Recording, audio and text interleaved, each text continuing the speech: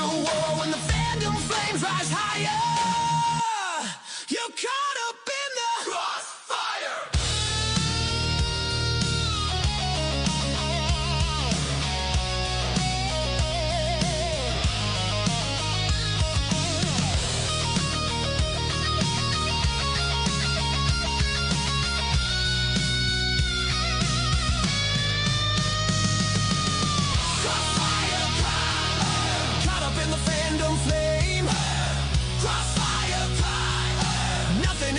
Culture safe. The wizard casting truth bombs. Marv bringing the fire. When the hot takes hit, you're in the culture crossfire. You're caught up in the crossfire.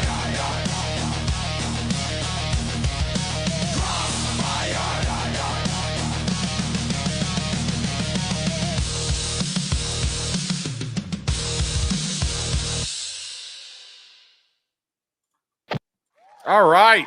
Crossfire. It happened. We're here at night. This is the first ever evening Culture Crossfire because it's a special, Wizard. It is a special today because it's May the 4th. May the 4th be with you, Marv. It usually How have you been celebrating? I have been celebrating by writing a viral article on geeksandgamers.com. And I've also been celebrating by skewering Star Wars and articles on both websites all day today.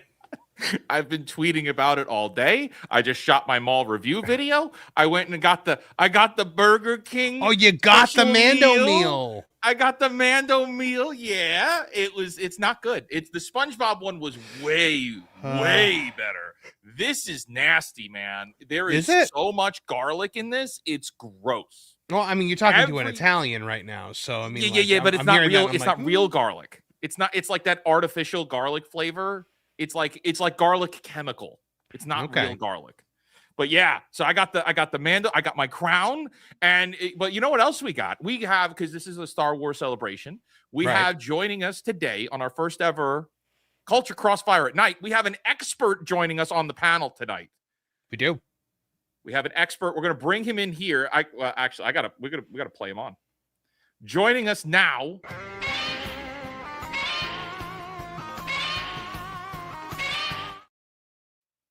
The one, the only Lauren Connor, everybody.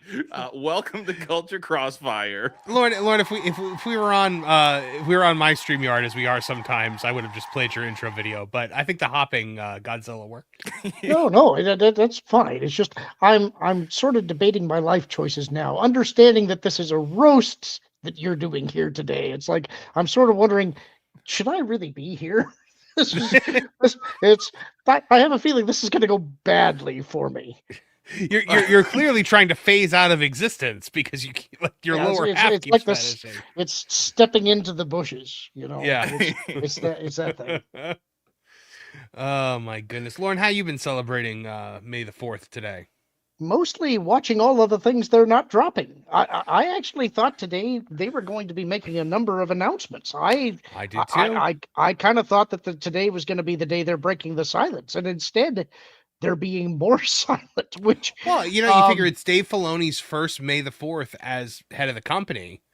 Like, what's he gonna bring to the table? We got our answer. Nothing. Well, I think the numbers on Mando and Grogu have absolutely terrified them.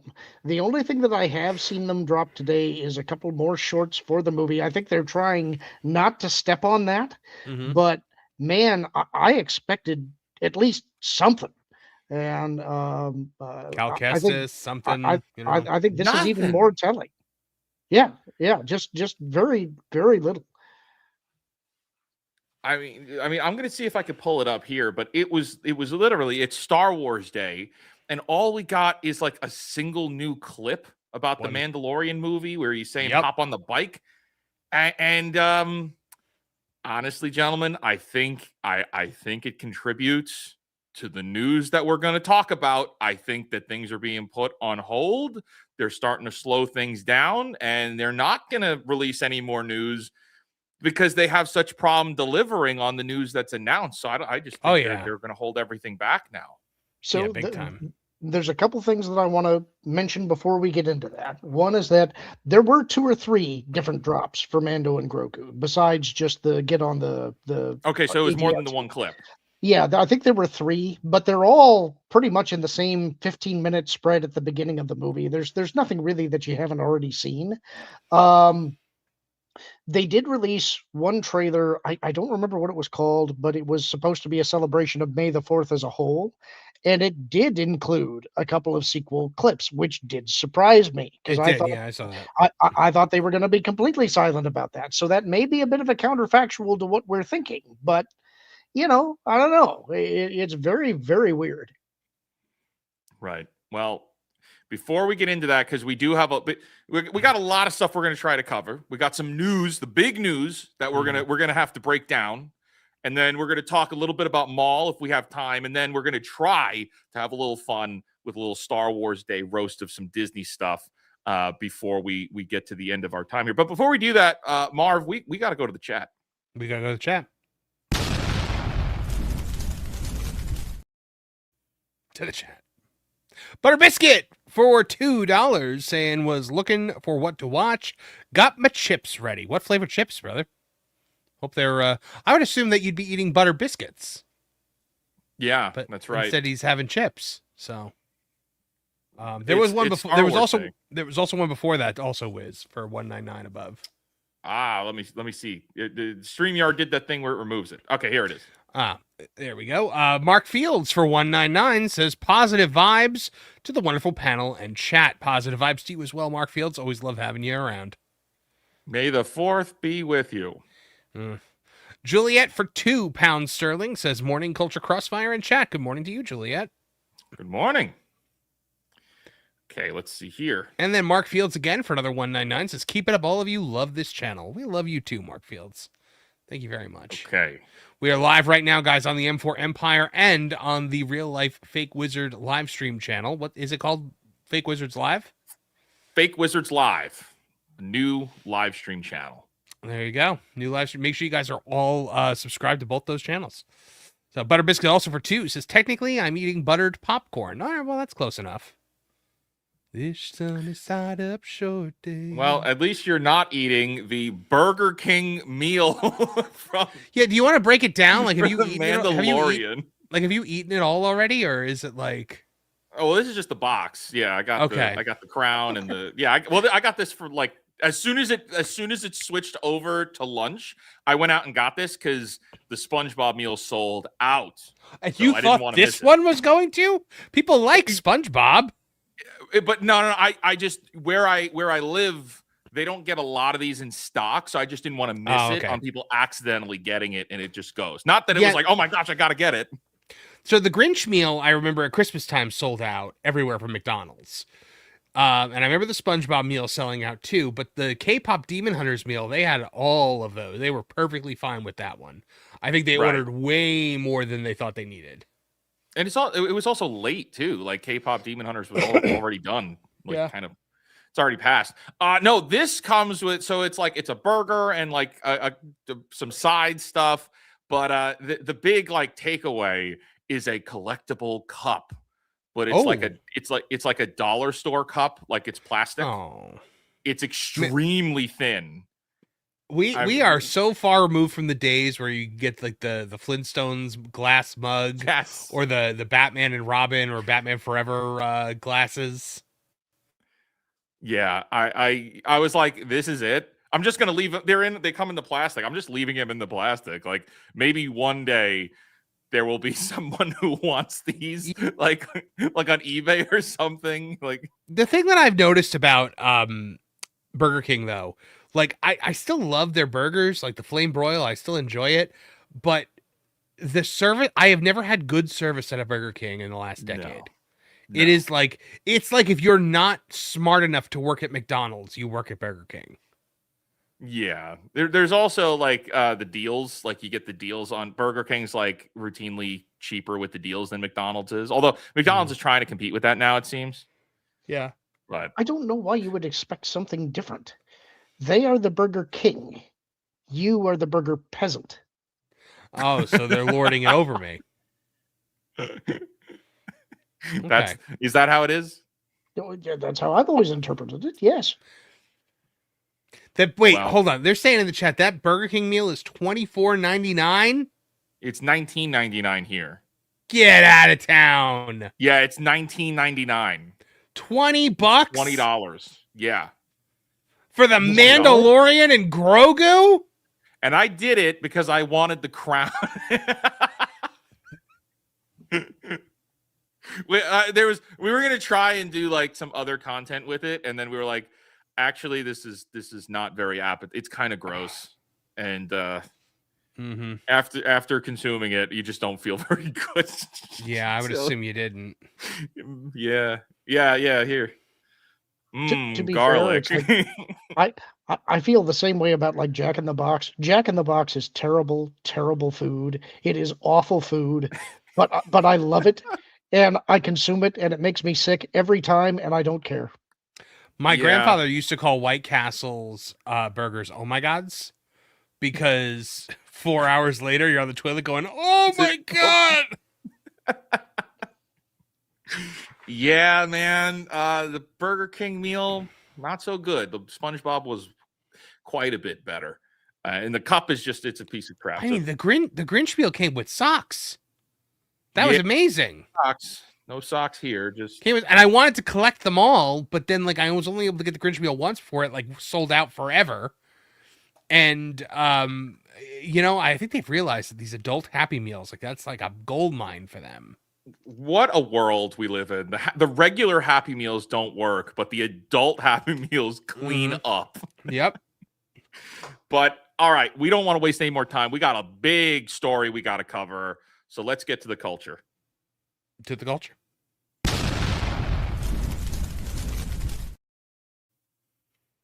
All right.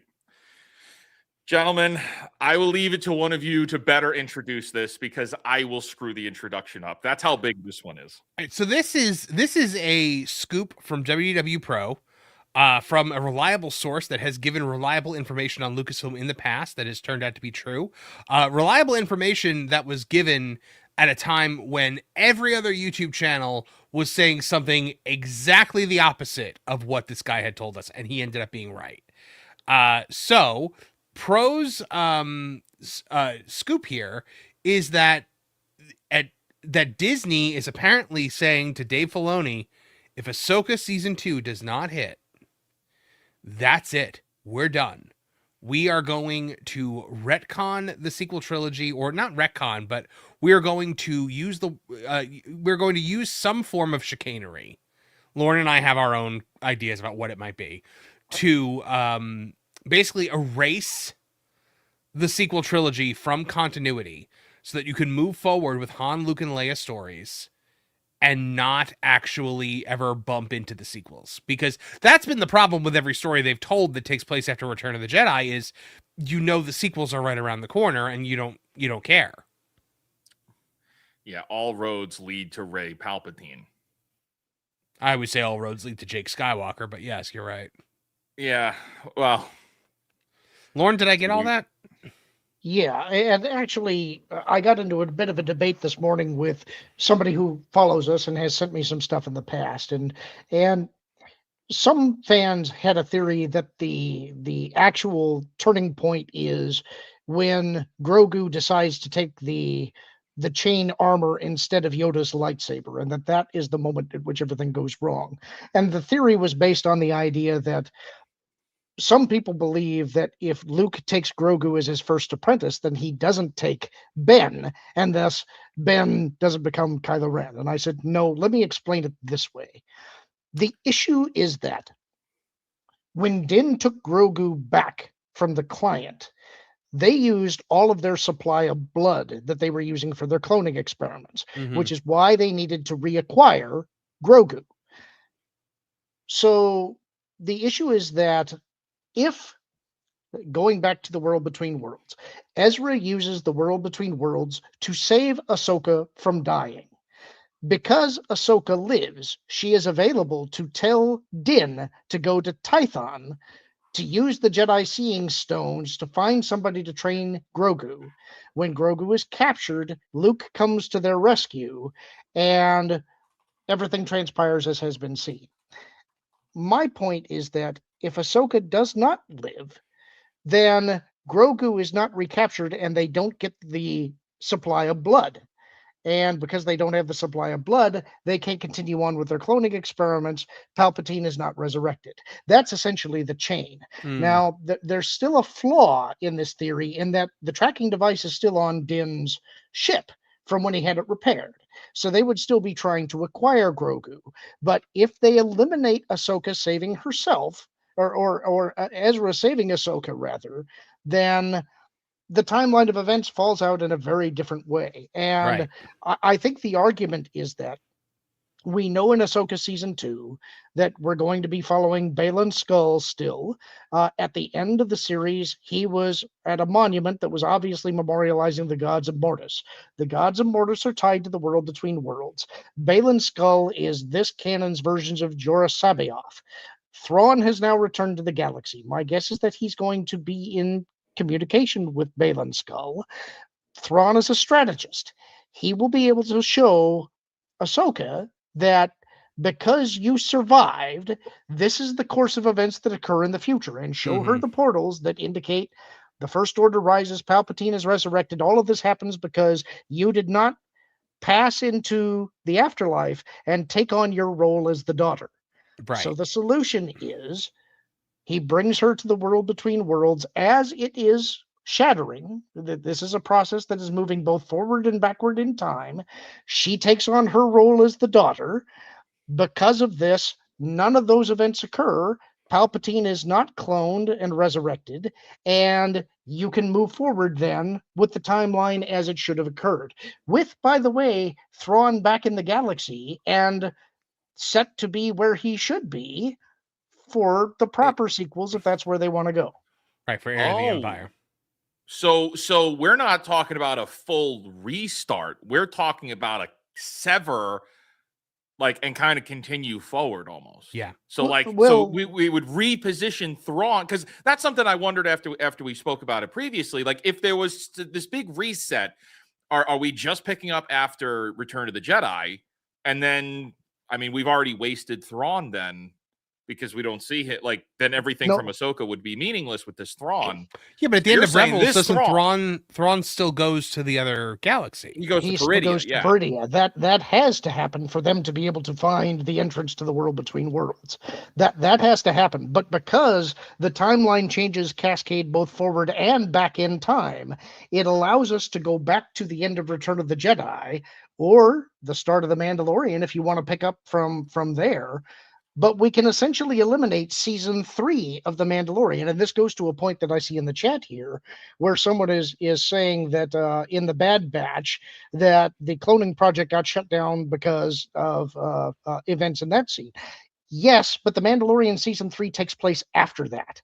And at the beginning of The Mandalorian season 3, they reference Project Necromancer. It's still ongoing because they have Grogu's blood. Grogu's blood is the key here. And they have to keep the Imperial remnant from capturing it. And so I think to erase all of this stuff, you have to stop them from capturing Grogu on Tython in season 2. Okay. So now that we have this news that there's that if Ahsoka underperforms, that they're just going to move forward with splintering the timeline.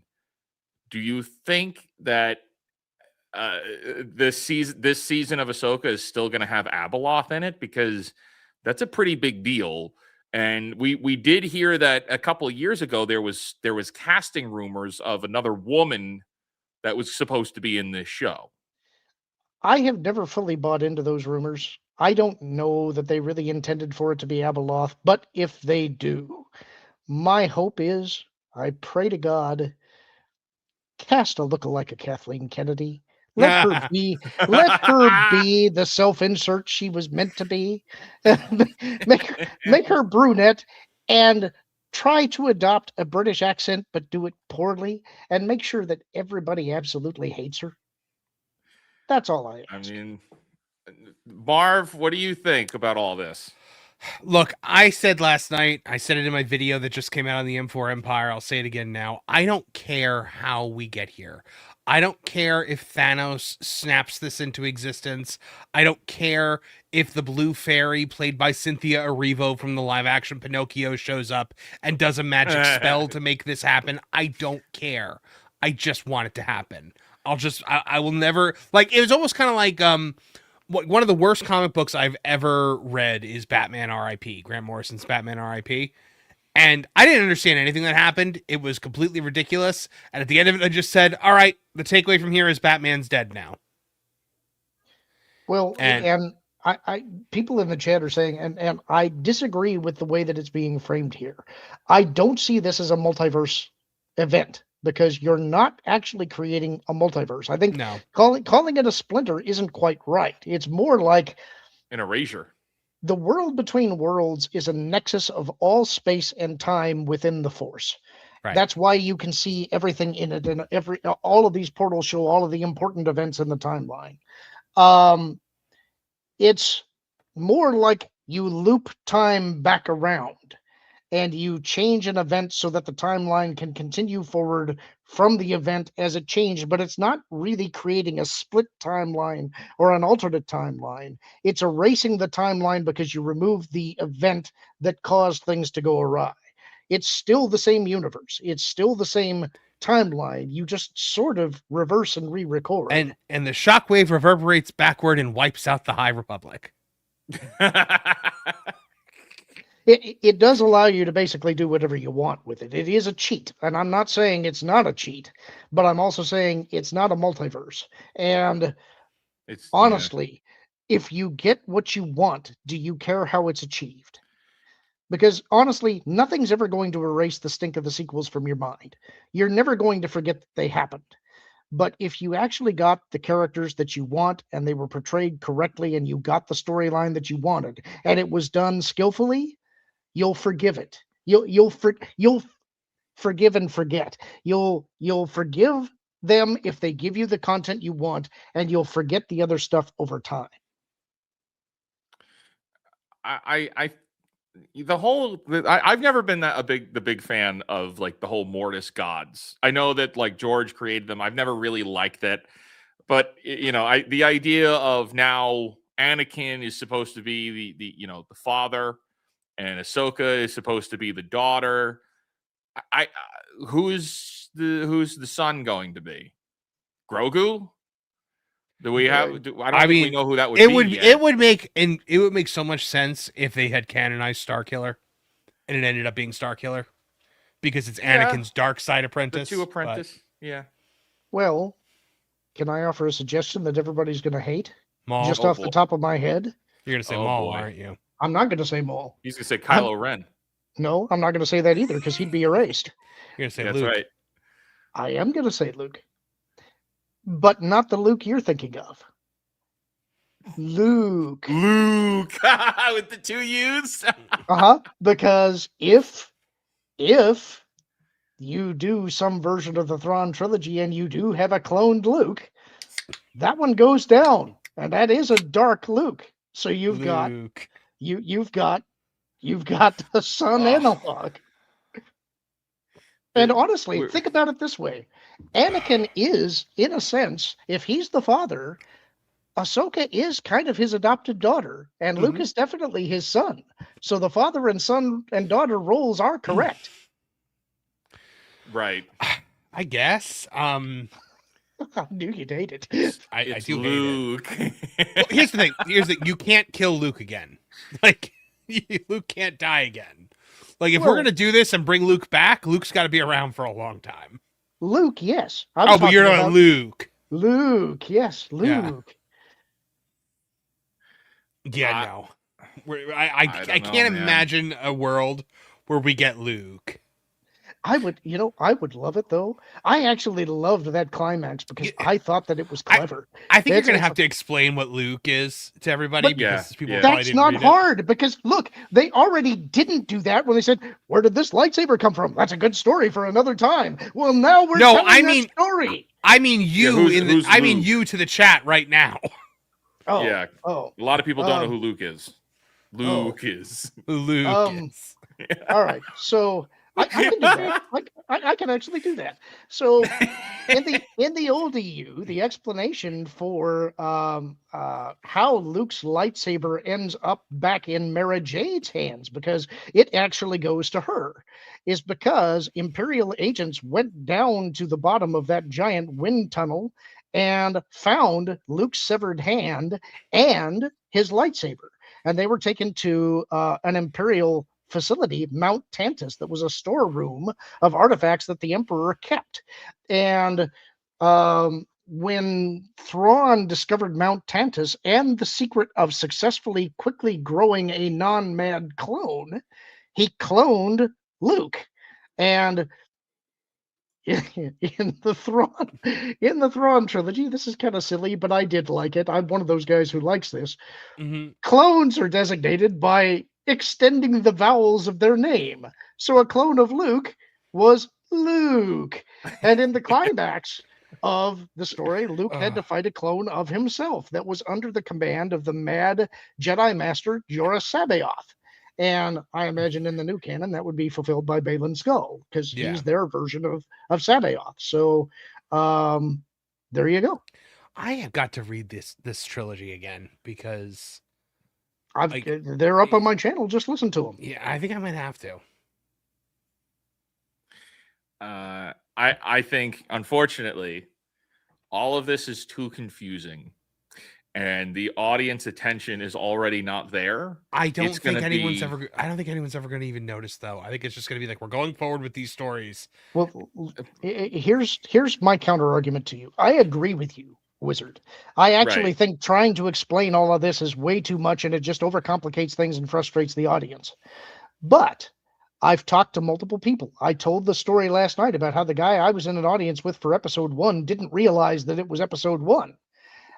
I talked to somebody else who was telling me that they watched Rogue One in the theater with somebody and said they're building a 4th Death Star. Yeah. You know, the casuals, they don't pay attention that close. They're just there to watch a movie and eat popcorn. We're the ones who care. And I think that has a shelf life, though. And I think that shelf life has been burned. The goodwill on that has been burned away. I mean, you had, let's see, Mandalorian. And even then, it's like, well, where does the Mandalorian take place? We've had the movies. We had Rogue One, which is different in the timeline. We've had Solo, which is different in the timeline than Mando 2, Boba Fett. That is a hallmark of Star Wars, though. It has never been released chronologically, ever. Right. We're all over, but now it's scale, though. You know, before it was just books, and you could look on the back and be like, oh, where does this take place? You could look at in the back of the book. Where are we in the timeline? And it was only really the Star Wars. I wouldn't even say diehard fan. It was Star Wars fans who were reading the books. I wouldn't even say it was normies. But now we need to make normie billions again. Yep. Yes, I agree. But all they have to do there, honestly, this is part of the reason why I have argued that, honestly, I don't think you need to tell a big epic story. I don't think you need to continue the saga of the Skywalkers even, although I think they should be involved as background characters. I think what you need to do is tell smaller stories with, honestly, no-name actors in an ensemble. Mm-hmm. You tell stories in particular eras, and you find out who hits. And then you build new big stories around those characters. I think because then you're restoring stakes as well. You don't know who lives and who dies. You don't know who has a destiny and who doesn't. If it were me, I'd be starting off with an X-Wing series pronto. Honestly, I think they just need to wipe it away so they can keep going, because they've realized that people care. Like when Galaxy's Edge was full to the brim with people the first day of Luke, Han, and Leia, I think they're starting to realize, like, hey guys, this is what people want. They know that the last time people showed any genuine emotional attachment to Star Wars was the Mandalorian season 2 finale. They know that they need these characters. They have ample data. Data isn't the question. The main thing I think that they've been wrestling with is they can't truly give us what we want. It's impossible. So they got to figure out what's the minimum that they can get away with. And the answer is one they don't like. They've got to get rid of the sequel trilogy first and foremost. Yeah. So then they got to figure out how are they going to do it. And the answer is it's never going to be satisfying how they do it.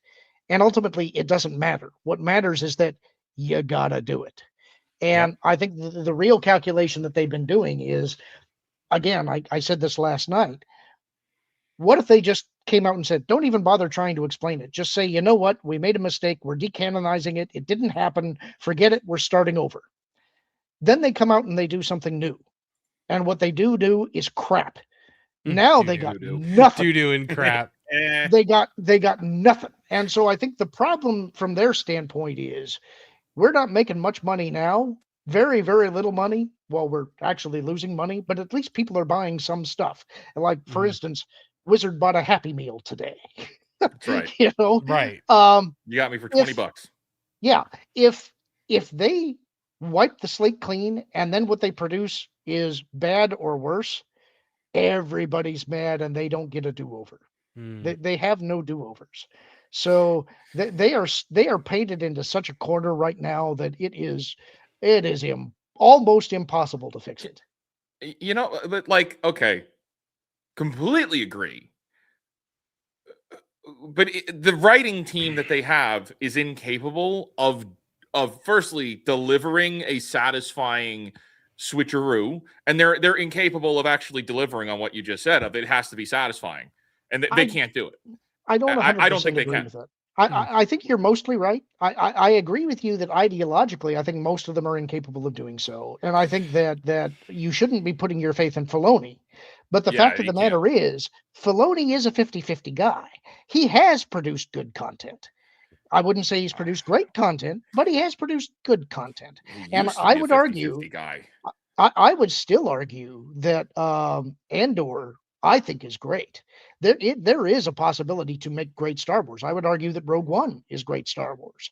I keep making the case that people are really enjoying these AI movies from channels like Star Wars Tales Untold and Star Wars Chronicles and Base Windu and all that stuff. And like, to be fair, a lot of that is crap too. It's amateurish storytelling, but you can tell that it's done with heart from people who care about it. And the fact that people are reacting to it, this is why I push back on all the blackpilling, is that for as much as everybody is angry, myself included, and as frustrated as we are, you do still care about the property and you want to have good stuff, but you've been disappointed so many times and you're so angry about it that it's honestly Hawkeye. You have no faith anymore. It's Hawkeye. Don't give me hope. Don't do that. You know, and that's why, because nobody wants to be hurt again, and I get it. Lauren, we just had Darth Maul fighting Darth Vader, and I feel nothing. I know, but think about that. Why do you feel nothing? Well, okay. Well, that's the context of the show. We both know that we know that these characters where they have to end up. So all of the fights really just feel more like padding because I don't think it's even. We know what's going to happen. It's that it's not even that we know what's going to happen, because it's like that hardly matters. What matters is the character journey. Well, with these characters did. In this case, it's that. It's just content. It's so nakedly just content. It's like it's more stuff to consume, and it doesn't matter. It doesn't matter how Maul became the head of Crimson Dawn. I mean, you can fill that in your mind in 2 seconds. It's like the man was a Sith Lord, like it or not, and he is powerful, and it makes sense that if he really had this big a chip on his shoulder, he's going to try and build a power base of some kind, and the underworld makes sense. That's all you need to know. You don't have to do all that other stuff. Yeah, I think with everything we're seeing with this Mandalorian and Grogu film, and having just experienced Maul and how, as you said, it's just content. I don't think they have it in them to do anything other than just content now. That would really be upsetting, because that's the thing that you have to think about here. Like, if they bring back Luke, Han, and Leia, and it stinks. Oh, not good. That's kind of what I'm trying to make the point about. You see, this is why it's dangerous. And I have said this many times, and it always gets me in trouble. I know everybody wants the Thrawn trilogy. That's what we ultimately want, is the true sequel series. Well, they've proven they But- can't write the character, though. But novels and movies are different mediums. And I don't think you can tell the Thrawn story. You can't abridge it. You kind of need all that stuff in there. And there's a lot of stuff in there. And you can get content across the page, for instance, all of Mara Jade's backstory, because you're hearing characters' thoughts as you read them. You can see their memories. In a movie, you've got flashbacks, but you can't have an entire movie of exposition. You just can't do that. So it's one of those things where it's like, be careful what you wish for. I know what we want, but what we're going to get is necessarily going to be different because it has to be. Yeah, just wait. We're going to get Disney Star Wars Yuzhan Vong. that's what's going to happen next. I mean, look, I love the Yuzhan Vong, but yeah, I don't think Dave Filoni is the guy to tell their story. I don't think Dave Filoni is the guy to tell any stories anymore. I have so zero faith in this guy, mostly because of how he structures the episodes. So, I mean, if we like, we jump into some of the mall stuff, like right. The first 3 episodes of this show should have been most of this show. Yes. And then from there, it should have been adventure. Like you could have done weekly 2-episode adventures leading into, you want to bring Vader in for this big finale. Okay, fine. You do that. You bring Vader in and you hint at Vader's coming. But this show spends so much time just with other characters that aren't the title figure that we're here for. That we don't care about. That we don't care about. I mean, the guy's getting gunned. Everybody's getting dead in the final episode. And I'm like, I feel nothing for you. I don't care. Are we supposed to feel something here? I don't care at all. When Lawson got gunned down, I'm like, the only tragedy here is that you're still in the show. He lived. He'll live. He has to live. They set up a smoking gun with him. He saw that Maul abandoned Master Daka. So he's got to live to tell Devin so that she can turn on Maul and then fight Maul and beat him. Yeah, that's and beat him handily. Yes, beat him easily. That's what's going to have to happen. 1,000,000%. That's what's going to be. They set it up. Otherwise, it wouldn't have worked out that way.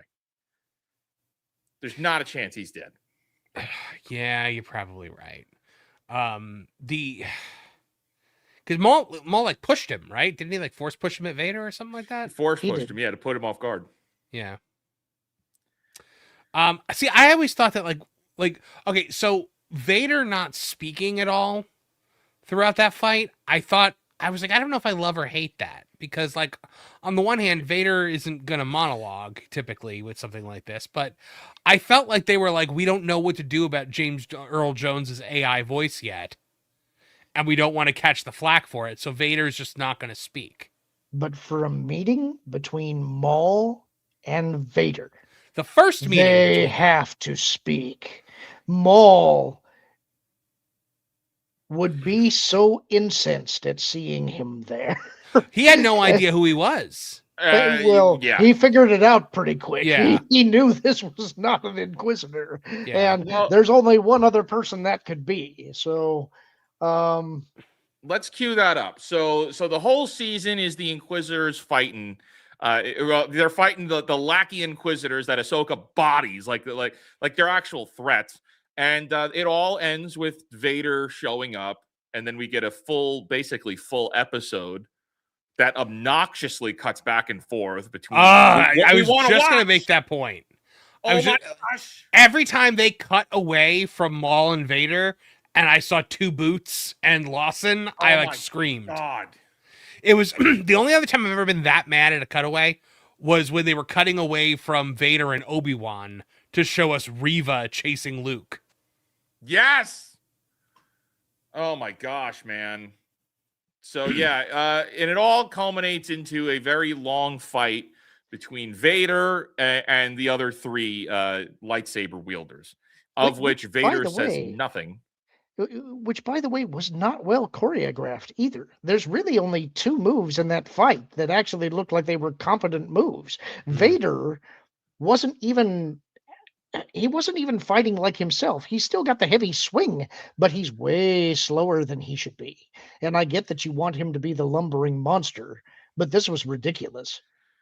This is Vader from Temu. It's also still very early Vader, so he's probably still adapting his fighting style. And that was always a thing in the EU. Him trying to figure out how to fight in the suit. No, I'm not giving that to you. No. It's you saw Rogue One. Come on. Okay, you're right. Worse than that, if we're supposed to be see, this is something I've criticized Disney for years, and I catch a lot of flack for it. Stop making comic books. Stop writing the books, Disney, because you're going to retcon them the moment you're ready to retcon them. Oh, yeah, absolutely. You will throw the comic books away, no matter how cool they are. The ones that are good, stop printing them because you're never going to respect them. And in the comics, even the 2015 run of Vader, he's cool. He is cool. He's cool. You know, all I see here are dead men. And it's like, he's got these one-liners that are really cool. And for him to be in this fight with Darth Maul and say nothing, it's out of character. I really think it was the AI it was the AI thing. They didn't want to catch the flack for using AI to recreate James Earl Jones's voice, even though they're allowed to do it. I agree with you. I do think that's the reason. But I also agree with Wiz because Vader relishes the opportunity to get that saber out and fight, even when he's frustrated at having lesser opponents. It's like, you ever seen the YouTube videos where it's like they're making him the drama queen? He's such a drama queen. Yes. It's true. Part of the reason it's funny is because it's absolutely true. When you realize in Rogue One that he turned off his chest lights to make the dramatic entrance in the hallway. It's like, yeah, okay. Vader likes to vamp a little bit. So the fact that he wouldn't speak in this fight against, let's face it, Maul's a drama queen too. The idea of these two queens being able to vamp against each other, that's a tremendous missed opportunity. Ridiculously so. It's out of character for Vader, and you got to think like, okay, well, it is Anakin in there who is also a drama queen. Like, yes. You've got this is a guy who would be sassy with them the whole time. I kind of hate that Marv dropped because he's got to go do something for a few minutes, because I was going to say this should have been a bit like the Birdcage. You know, this should be that kind of drama where you've got these two flamboyant people that are just emoting at each other. Because that's all they are. They're just pure raw emotion, both of these guys. And it should have been a soap opera. And instead it was just it was going it was going through the motions. It was paint by numbers. There was nothing there was nothing to get excited about in this. No. You shouldn't. No. Look, we've got two Inquisitors, a Sith Lord, a Jedi Master, and a young Padawan, all in a fight. I should not be bored. I should not be looking at my watch and going, how much time is left in this episode? Can it just be over? And that's what it was. It's disappointing because you could tell, like, it was almost as if they decided, hey, it's going to be Maul versus Vader. We want to see Maul versus Vader. And then they tried to write a story around that, knowing that Vader needs to show up in the end. It's like they were preparing this backwards. Whether that's true or not, I don't know. But it certainly plays out that way. And Maul being handicapped for most of his own show, what were they thinking? Well, that was them trying to tie it to the fact that he had a limp in Rebels. They had to explain that. And also, they had to gimp him so that when he's fighting the Inquisitors, they have a chance, which, again, is dumb. Because they need to live. Yes. And it's like, no, this is not a chance. And I see somebody saying, not understanding that Maul is Obi-Wan's adversary, not Vader's.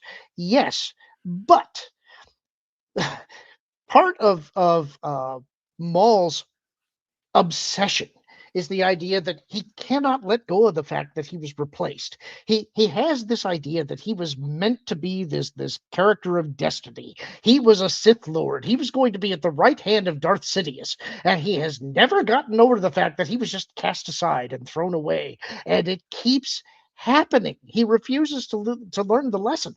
When he goes back, he basically takes over Mandalore and gains the Darksaber and the allegiance of the Night Watch just to try and get Sidious's attention. And Sidious goes and says, okay, sure, let's do this. And he absolutely bodies both him and Savage Opress. And you'd think Maul would learn then, but no. It's like, fine, I'm not going to take over Mandalore. I'll take over the underworld. He cannot let it go. He cannot let go of Obi-Wan. And if he saw Vader and understood that this was his replacement, you can bet he'd be raging about that. And he would have fought to the death. He wouldn't have been so cowardly, I would say. It would have been, I need to beat you, or really, I guess, even if he falls back, it should now be with the intention of we're going to train to kill Vader. Now, one of the interesting things about this show, I'll actually give them some credit for one thing in this show. I do think that Maul, at this point, recognizing that Order 66 has taken place, he knows who Sidious is. He recognizes what's been done.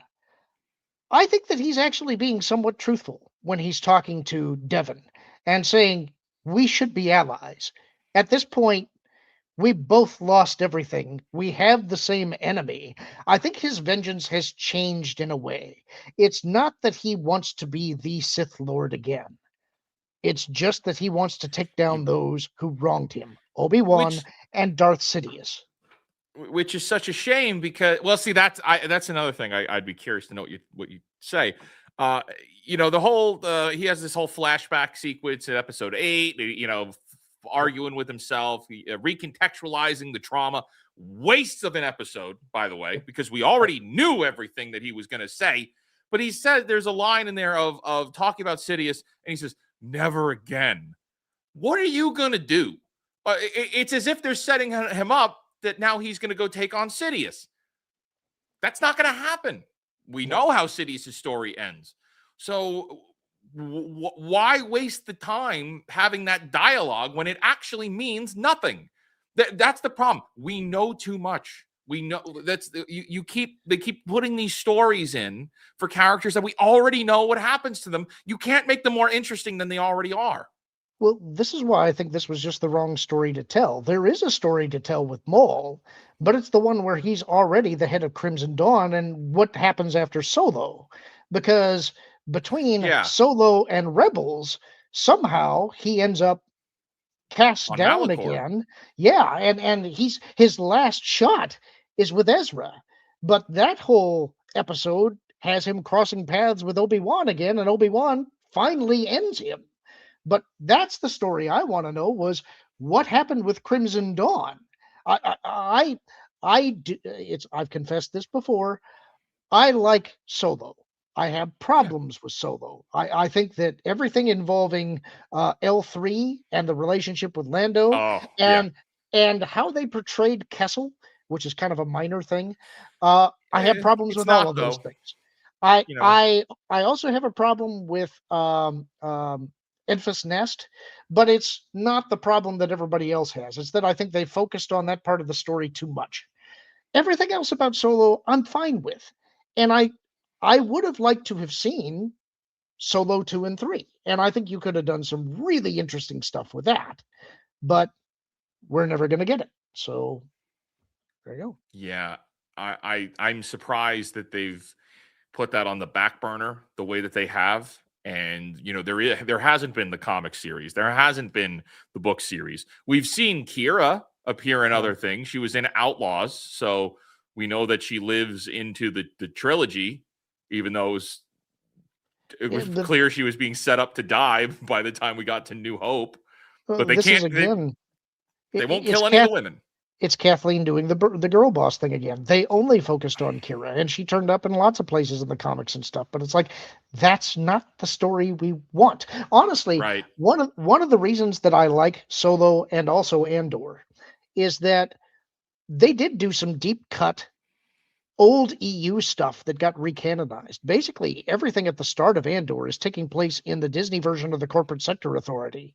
And that would have been where Solo's early adventures were all taking place. They could have done loose adaptations of the Brian Daley Han Solo trilogy, and that would have been fantastic stuff. Yeah. But we lost the Or, opportunity. it would have been nice to see Han Solo get to do some of that stuff too. That's what I'm saying is that they made lots of references in Solo to the Han Solo trilogy and the Lando Calrissian trilogy. Imagine if instead of L3 that they had put in Vufi Ra, which is a deep cut, kind of a weird character, but yeah, you know how happy fans would have been? That's the kind of stuff they need to be doing. I just don't. After, because we talked about it when the news broke which, by the way, for everybody that's joined us, the news that we talked about before is Disney might be scrapping the sequel trilogy if Ahsoka underperforms. But based on Maul, I don't want more of this level of storytelling. I don't want where it's one story stretched over the course of weeks. And that's like the Disney Plus go-to. It's not even just Star Wars. It's all of their shows. They take one small idea and they stretch it to death. And at that point, it's just boring. Daredevil's done the same thing. Maul's done the same thing. These are two shows that are happening right now. And tonight, I think Daredevil finally ends. Another reason that I think that it's a bad idea is that part of what made Star Wars cool, the original Star Wars, going all the way back to the beginning, is you had all this stuff on the screen. And it was cinematic, and it felt like you could poke into any corner and you would find something fascinating. But you didn't know who everybody was. You didn't know what all of the technology was, and you could just imagine. You didn't have to know. When you fill in every single corner and every single second and give every single character a story, you rob the audience of the ability to imagine what could be there. And I think that they've been doing way too much of that. Honestly, in a lot of ways, what they should do is just mothball everything for at least 10 years. Let the anger and everything else cool off. But the problem is that they failed a generational capture. And there would not be the opportunity to have nostalgia want you to bring it back because they didn't capture that last generation. Also, they don't have the patience to try and fix it. So they're going to try and fix it somehow. They don't have good options. Nothing is going to work the way we would want it to. So it's not a good hand. I mean, I don't know, man. So have you guys gone through this article yet? No. We were waiting for you, and then sorry, I have important call I had to take. It's all good. It's Star Wars Day. What are you taking important calls for? Oh, important calls are important calls. All right, so we do have some data that recently dropped.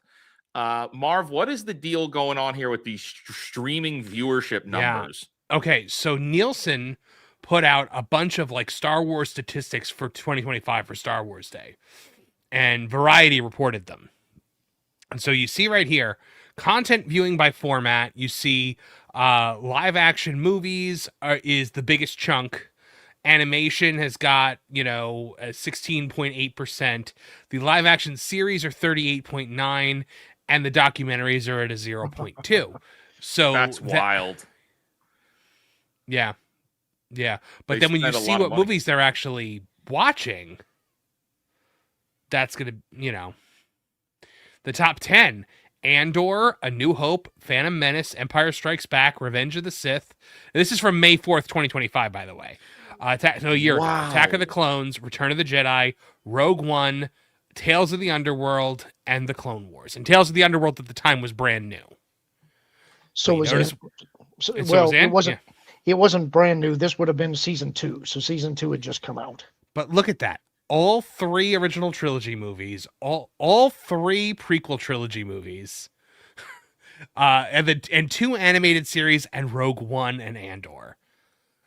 Nothing that even sniffs the sequel trilogy or the Acolyte. I'm so curious to know what it is now. When you, because we had Andor was out, which then I would say then Rogue One and New Hope are elevated because they're connected to Andor. So take us a year past that. What is it? And when you look at what they're actually saying that people are watching just in general, you get, they mentioned Mandalorian, they mentioned Skeleton Crew, nothing, not one sequel movie, not the Acolyte. And weren't we at, I think last year was also the 25th for something. There was a 25th for something, was it? Oh no, that was 24th. It was the 10th for The Force Awakens. And so, I when Matt Bellany did that focus group with those teens and he asked them about Star Wars and none of them gave crap, I was like, these are the kids that they were hoping were going to have nostalgia for the sequels, because when the sequels came out, these 17 and 18-year-olds were 7 and 8 years old. Right. Wiz, I think what you may have been thinking was the 20th anniversary of Revenge of the Sith. That's it. Remember we watched Revenge of the Sith together last year, Lauren. Yes, we did. Although I was asleep for most of it. You were. Well, you've seen it enough, don't you know? You know every line by heart now, right? Oh yeah, absolutely. But it's still fun to do it. The whole reason we ended up watching it was because they had the theatrical re-release, and we were hoping to go see it, but we missed the opportunity, so we ended up watching it. We ended up seeing Thunderbolts instead. Yeah. So, I think this chart lends credence to everything we've been saying. They've got a problem.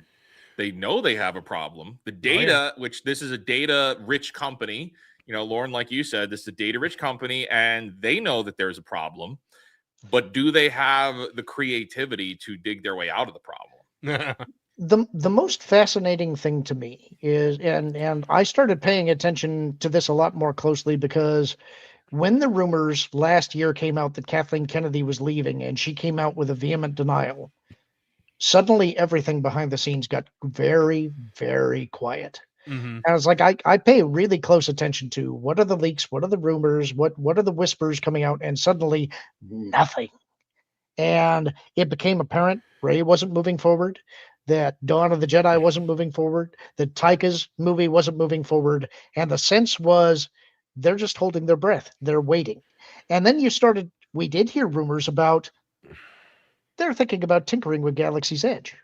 They're adjusting some things. And we would hear this stuff kind of in the background. And I started thinking the word has come down.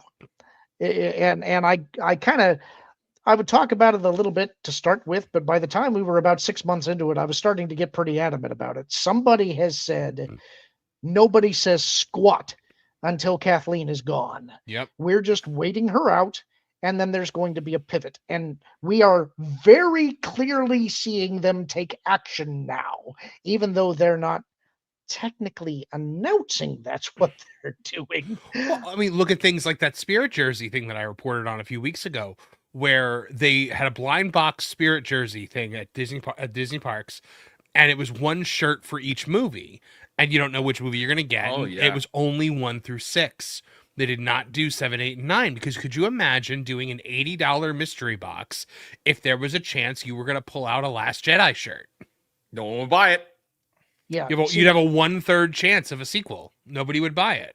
This is why I'm so fascinated by what's going on now, is that for so long, they have been saying, all of this is BS. It's a vocal minority who doesn't like this. These movies are really, really popular.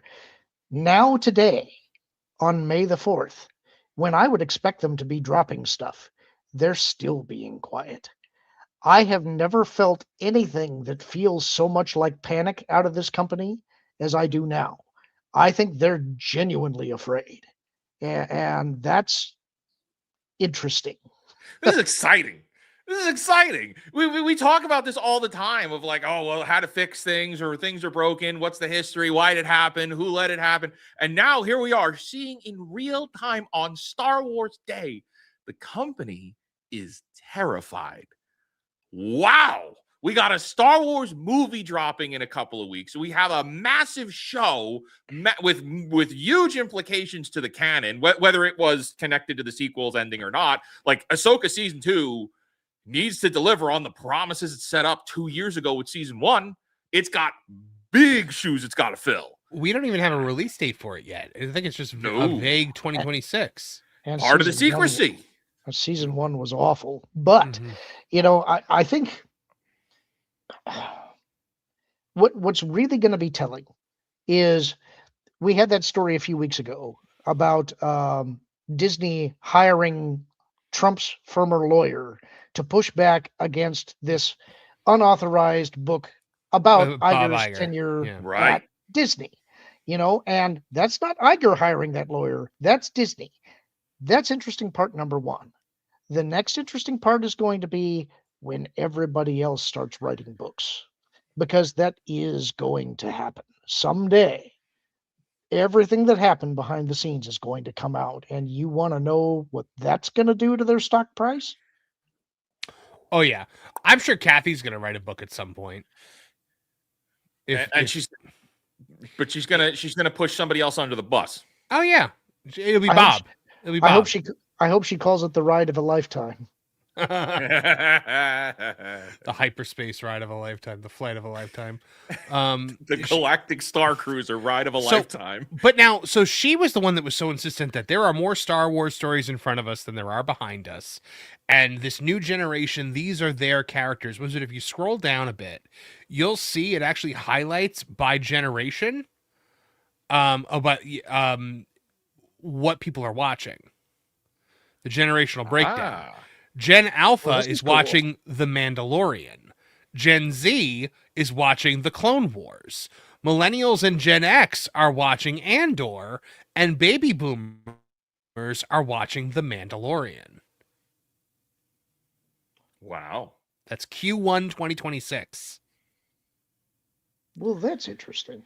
Isn't that fat? Like, because they were so sure that Gen Z and Gen Alpha were going to embrace the sequel trilogy, that they were going to embrace these characters, this was going to be their Star Wars, and they're watching The Clone Wars and The Mandalorian. What's interesting to me about this is that Gen X and millennials, who I think collectively we would refer to as cynics, are going to the gritty realism and dourness of Andor. Yes. Whereas the boomers and the young kids who are optimistic are going to The Mandalorian. They just want the key jangling. And Gen Z, I can't quite figure out. I'm not sure why they're watching the Clone Wars. That's they grew up with it. Because they're weird. But my grandmother loves The Mandalorian. They shouldn't have grown up with it. That would have been before their time. Yeah, probably would have been. Not necessarily. Well, I guess Gen 29 at the upper end. 29 at the upper end of the scale. I guess you're right. Some of them would have. Yeah. I was looking at the lower end of the scale. I hate being millennial. I hate. Yeah, I know. I hate getting that. I hate being labeled that. But yeah. Though, I mean, it's not the curse word that it used to be, right? Well, yeah, no. Now it's Gen Z's the worst. Yeah, Gen Z's came up behind us. Suck. Millennials do suck, but Gen Z's came up behind us. Well, Gen Z's suck because they had millennial parents. Yes. Yes. Yeah, now Gen Z's are the worst thing ever. Gen Alpha, I actually have some hope for, because I've heard that they're like kind of based, like they're calling people retards again. They're opinionated. Yeah, they're very opinionated. Yep, that's great for society. I love it. It is good for society, Lorne. I know. You know what I mean. I know. Bring slurs back. There we go. Yes. Make bullying great again. It's good for society. Culture Crossfire. Man, I was Make bullied. Slurs happen. I was bullied so horrifically as a kid, and I became like I became like iron from it. Like you were bullied because you were a showgirl. Well, I was a theater kid. You're right. Note the non-denial. I was a theater kid, but like the strongest steel is forged in flame. That's why everyone that comes up now is soft, because the second you even say the word bullying, the school goes into like a lockdown. Yes, it does. Yes, it does. Well, this is fascinating, and it is wow. I can't. I can believe it. I can't believe it, but I very much can. Star Wars is not in a healthy place. Putting these numbers out, knowing how poor they are, is really ballsy. Well, because from Variety's perspective, because Variety didn't mention the sequel trilogy or the Acolyte in their coverage, it was just people watched 53 billion minutes of Star Wars in 2025. Yeah. Look how popular Star Wars still is. And what they unknowingly said was, look how popular old Star Wars is. Star Wars. And, honestly, this is why I am convinced it's the money people now calling the shots. I think that they are saying, listen, you had your shot. You've been doing this for a decade. You have destroyed the property. Nobody cares about the stuff that you're putting out. Despite everything that you say about it being a vocal minority, that is obviously not true, because we can't sell action figures. Star Wars is what made action figures. Yeah. So I always point to Hasbro. Like, Hasbro got the Star Wars toy license, which is the holy grail of all toy licenses, and they're going bankrupt. It killed Toys R Us. The Last Jedi killed Toys R Us. Well, it was like the final nail in an already sinking ship. It was the final plug removed. Toys R Us was already failing, but then they kind of doubled down on The Last Jedi, thinking that was going to be part of, like, okay, well, that could be a resurgence, and it was the last piece to knock them out. But, nobody wanted those Rose Tico action figures. Look, they had the stones to make Acolyte action figures. A friend of mine sent me a picture from Ollie's, and it was like a wall of hologram OSHA action figures, and like it was just a full wall, and each peg was like 10 figures deep. And I was like, well, those action figures live there now. And their next home is the landfill. Mm-hmm. Well, gentlemen, that brings us to what I would like to do for really to celebrate the day. You want to go to the chat first? Is we go to the chat. That's what we're gonna do. To the chat. To the chat. Let's see. Where did we leave off here? I think we got Butter Biscuit before, right? Yes, we did. Saw this we did get that one.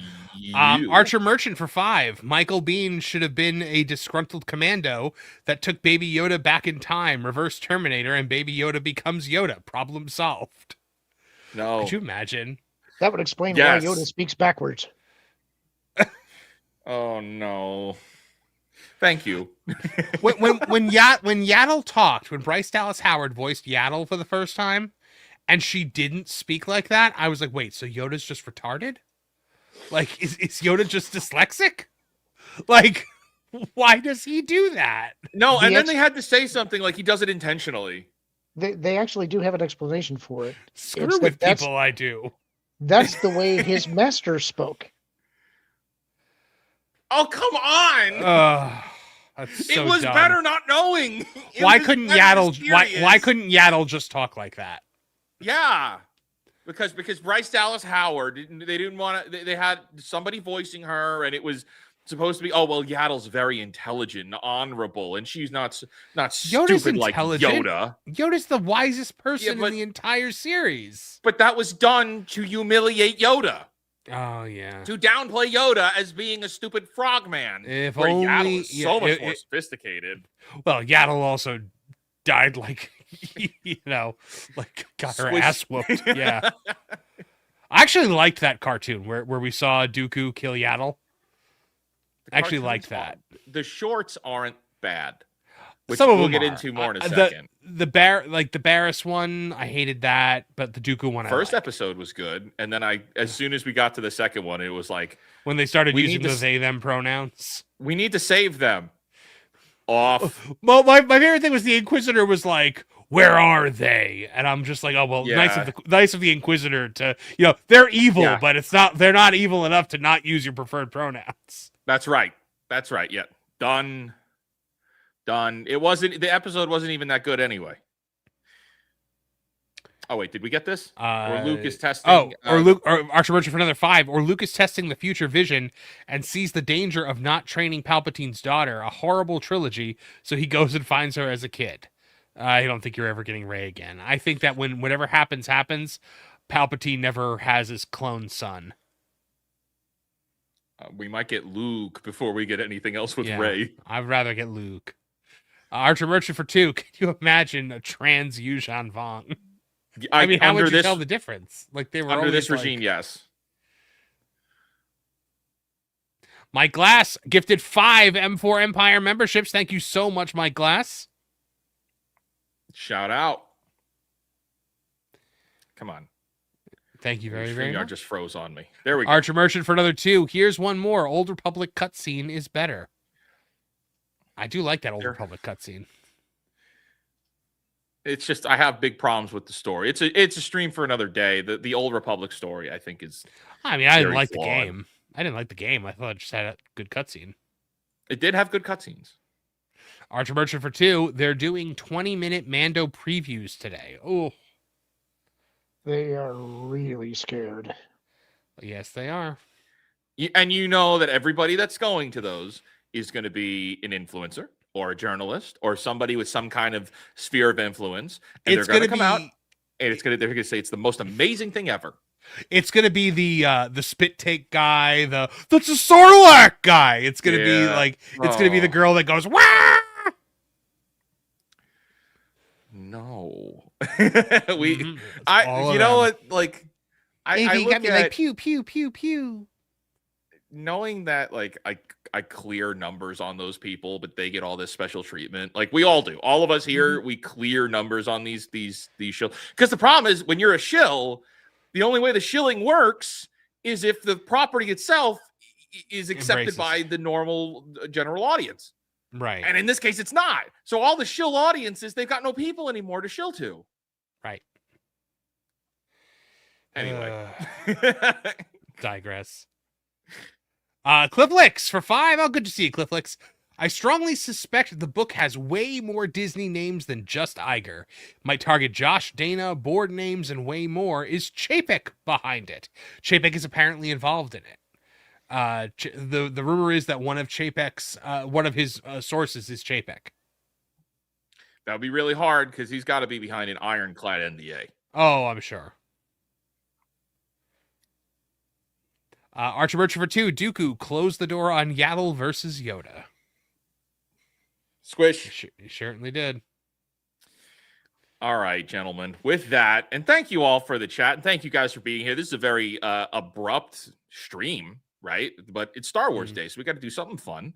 But that brings us to, and I think this is going to be exciting because we haven't been able to do this collectively together. And I think with Lauren here as the resident expert, I think we're going to be able to argue a little bit more about some things that are good versus some things that are bad. So what we're going to do is the Disney Star Wars projects slop tier list. So to explain how this is going to be, with S being the worst. Oh, okay. So S here is like the actual, like we're rating it in terms of how slop it is. Right. And not slop being it's decent. It's actually okay.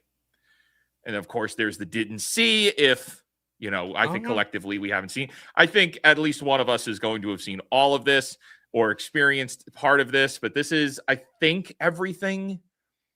I think we're missing Fallen Order. But I'll pull that up later as we get into it. But the first thing we have here, and let me zoom out a little bit. Is Rebels? Star Wars Rebels. Not slop. I'm just I'll drop it in the C category, and then we could move it around after we. I would say not slop. I think Rebels actually had some cool episodes. I liked a lot of Rebels. I would also say not slop. I think Rebels is okay for what it is. I have problems with it, but those problems are manageable. Lauren? I'm between C and not slop. I like most of Rebels, but there were a couple of things that it did that I have some pretty solid problems with. So if you're both going not slop, I would go the same. Okay. So it's not Okay, sloppy. so all right, and here's the thing: we can move them. So if there's something else, we can move them around later if we change our mind at all. So it's not like some people do these and they're like, well, we're not moving anything. It's all locked. So A would be like pretty sloppy. Worst of the worst. No, S Pretty would sloppy. be S is S S tier right. slop. You're right. A is like really sloppy. B is slop, and C is like kind of slop. Tales of the Underworld. All right, you got to remind me which one. This is the one with Ventress, right? Ventress was the one, Yeah. and then what was the other one that we followed? Cad Bane. This is C tier slop, in my opinion. Didn't see. I would also say that it is C tier slop. I just don't care for any of these shorts, but that doesn't necessarily mean they're bad. But I don't care for it at all. Yeah, I didn't see it, but I would argue for it being more sloppy because this is once again where they resurrected Asajj, right? yes, but you know what they did? They actually did include the final scene of the novel in one of the shorts. Does that excuse it?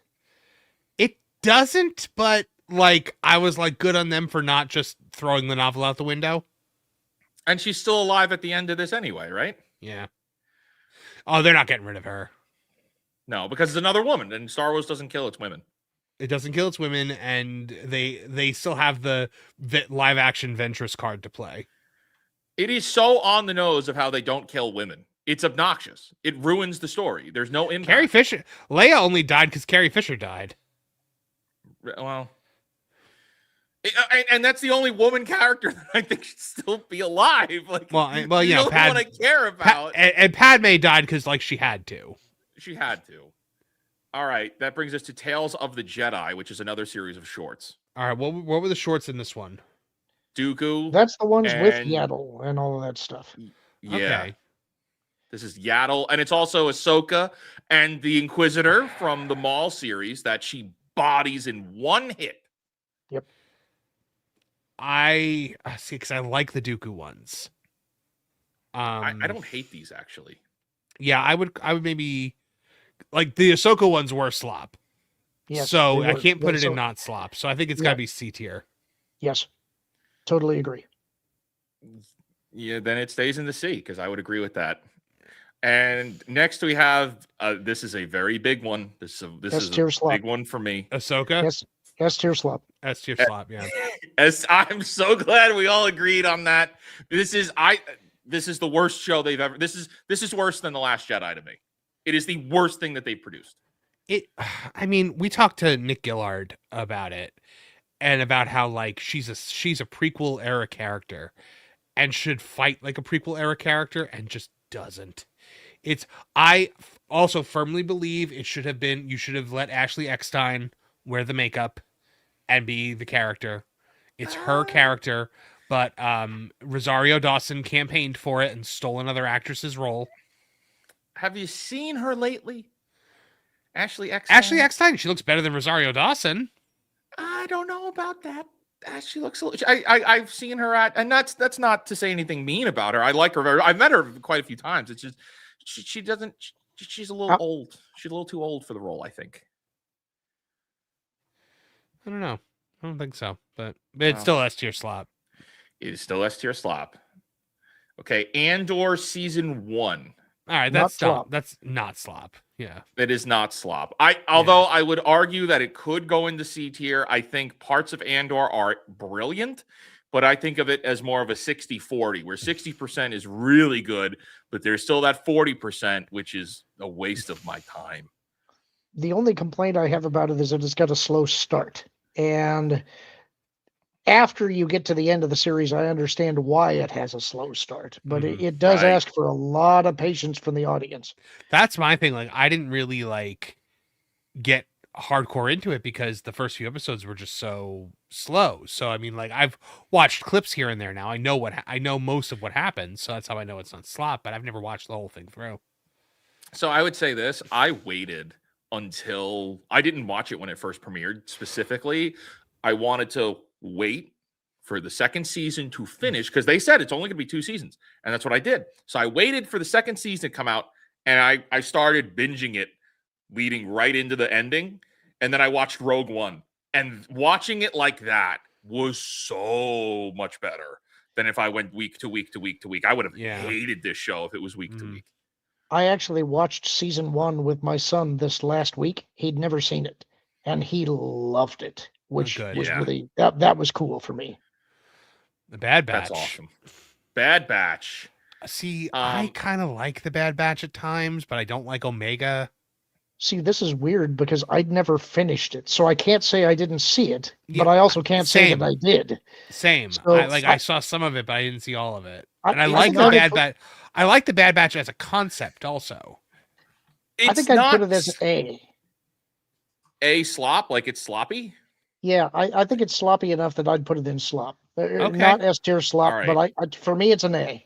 So that's an A. I like the fact that they put some EU content in there, but I thought that their method of doing it's basically the Bad Batch is Republic Commando by any other name, and they made them goofy, and so to me that's sloppy. They should have just done Republic Commando. I don't know. See, I would have probably gone C or B for this. Okay, split the difference. Go B. I think it's B. I would have voted B. So A, B, and then Marv. Yeah, we'll land in the middle. I was gonna say I would have said C probably, but I'll live with it. I didn't hate it, but I also didn't care for it. But it's not the worst thing that they've made. It's also not the best, but it's got a lot of slop. I would have just preferred Republic Commandos too. Yep. And that brings us to The Force Awakens. I think you put it exactly where it needs to be. Nope. You think it's a C? I think it's. I liked it when it came out. I think it's A, man. I would say B at the most. S tier slop. S tier. S tier slop. If that's the case, then we land on A. We land in A. Yeah, I think we land in A. Marv, it is A New Hope. They didn't even do a movie. They didn't. I like A New movie. Hope. Okay, so the reason, what do I hate more? I hate Ahsoka more than I hate The Force Awakens. Right. So does that make The Force Awakens better? Yeah, but I know that I hate the other two way more than Force Awakens, so there has to be somewhere else for it to go. I can't believe I'm being harder on this stuff than you guys are. I'm willing to sway and say that all of the trilogy is S tier slop. I'm so willing to do that. I'll go along with it. All right, I will follow along. The chat here is, I see they're all saying S tier, so I feel like we should have something above S tier slop, which is like universe ending slop. God tier slop. God tier slop. Because the Acolyte, we need a place for the Acolyte to go. I think Ahsoka's worse. Really? Oh yeah. I did a whole video on it a few years ago. I'm like, this is the worst thing they've ever made. Okay, God tier slop remains open for now. We'll put something in. Do we want to move Ahsoka into that? Ahsoka should be up there. I disagree with creating another category. I really think that this is all garbage. This is just garbage. Well, no, because there might be it actually lessens. Well, let's see if we keep going. Right. Tales of the Empire. That's all right. So is that Barriss? That's Barriss Sophie and Oh, and the other one was like the Night Sister from Ahsoka. Yeah, it's A. Yeah, that's A. I think that's A tier. Yeah. Last Jedi. S tier slop. It's not slop, you guys. Stop it. Directly to the bin. Yeah. It is the most divisive, damaging film ever made. It is the film that started the decline. It is the film that nosedived the franchise. It is the death of Star Wars, simply put. I mean, it is this movie was so obsessed with subverting your expectations, it failed to meet your expectations. It cost billions of dollars in value. Yep. It's S tier slop. Yep. Mando season 2. Oh, season 2 is not slop. Not slop. Yeah. Not slop. I would agree with that. I had a great time with season 2. I had a really good time. Fun. It had a great ending. Cara Dune was awesome. Bo-Katan at the time was awesome. The other Mandalorians were cool too. Even the ice planet in retrospect, I kind of like that episode now that time has passed. The I loved Boba every Fett's single reintroduction. episode. Yeah. I loved the first episode, the Crate Dragon. I That was a loved great episode. all of that. Cobb Vanth's Cobb introduction. Vanth, yep. Yeah. What was it? Season 1 or 2 where they had that really weird, creepy frog lady? 2. Okay. Because it was Yeah, the ice planet. She was on board the ship when they were eating the transporting eggs. her with the eggs. Yeah.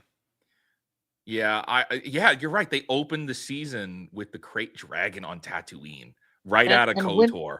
And when it finally emerges, and they actually open up the letterbox to go big, it's like that was a ballsy move. Yeah. It was fun, man. That was when Star Wars, there was like a little bit of hope of like, oh my gosh, this actually could be fun again. And then ending with Luke, and that was 6 years ago. And we got nothing good since. Mando 3. S tier slop. S tier slop. S tier slop. Oh yeah, no, this is irredeemable. Truly awful. Well, that's 2 S tiers, so I'm beat. I would have put it in A. Rogue One. Not slop. Not slop. I would agree. That is not slop. It is probably the best thing that they've made. It's the best movie that they've made for sure. Yeah, for sure. Rise of S-tier slop. Palpatine. This movie was just a correction of The Last Jedi. It spends so much time trying to undo everything Rian Johnson did that it forgets to actually do anything. And it's trying to do a Return of the Jedi while failing to do a Return of the Jedi. Yes. It's you know what? I can say one good thing about this movie, why I'm thankful for it. It ended J.J. Abrams' career. It did irreparable damage. He has not written or directed anything since then. Another $1 billion, many billions of dollars destroyer there. That movie cost $600 million to make. And so it made over $1 billion and still lost money. I am actually surprised anybody even remembers this exists. S tier slop. Star Wars Resistance? Yes, it was awful. Oh yeah, it's pretty S tier. Is it on par with Ahsoka no, and you know what? Jedi? I would say A tier slop, honestly. Because it could go into Really? A. Yeah. You're gonna put that up against Tales of the Empire? Really? Yeah, probably. Well, okay. To be fair, I've only seen clips. I've never actually seen the show. I saw it. It was awful. You're being too, but Skeleton Crew? Skeleton Crew. B or C? Yeah, that's a hard one. I think I'm gonna give it a B. Yeah, I think I'll go B also. From what I've seen, and I've seen a few episodes, I would give it a B. It is wasteful with time. Yeah, it's not bad per se. It's just not really Star Wars either. Right. Mm-hmm. Andor season 2. Not slop. slop. Yeah, I would agree. That is not slop. Battlefront 2. Not slop, in my opinion. Story. Okay, so that's what I was going to ask. Is it the okay. Or I is thought we were going by just... We're only talking story. A. I think it's slop. Yeah. Yeah, I think it's A. The whole thing. We were talking the gameplay because I enjoyed the gameplay. No, the gameplay was okay, but the actual story was not good for Star Wars. Operation Cinder and everything that meant moving forward, it made things confusing with Palpatine of like, oh, he's still alive, but also he tried to destroy the Empire. Why? Why would he do that? That seems because he's stupid. a spiteful man. Yeah. That makes no tactical sense.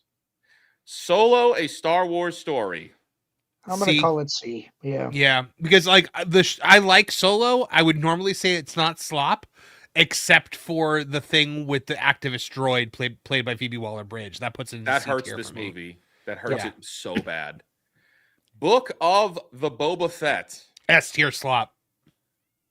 I'm going to have a really hard time with this one because I hate what they did with the character, but I don't think that it's that egregious. I would say A, I think. I would also say A. Fine, I'll go with you. It's not as bad as some of the other things on this list. And it has 2 good Mandalorian episodes in it. Yeah.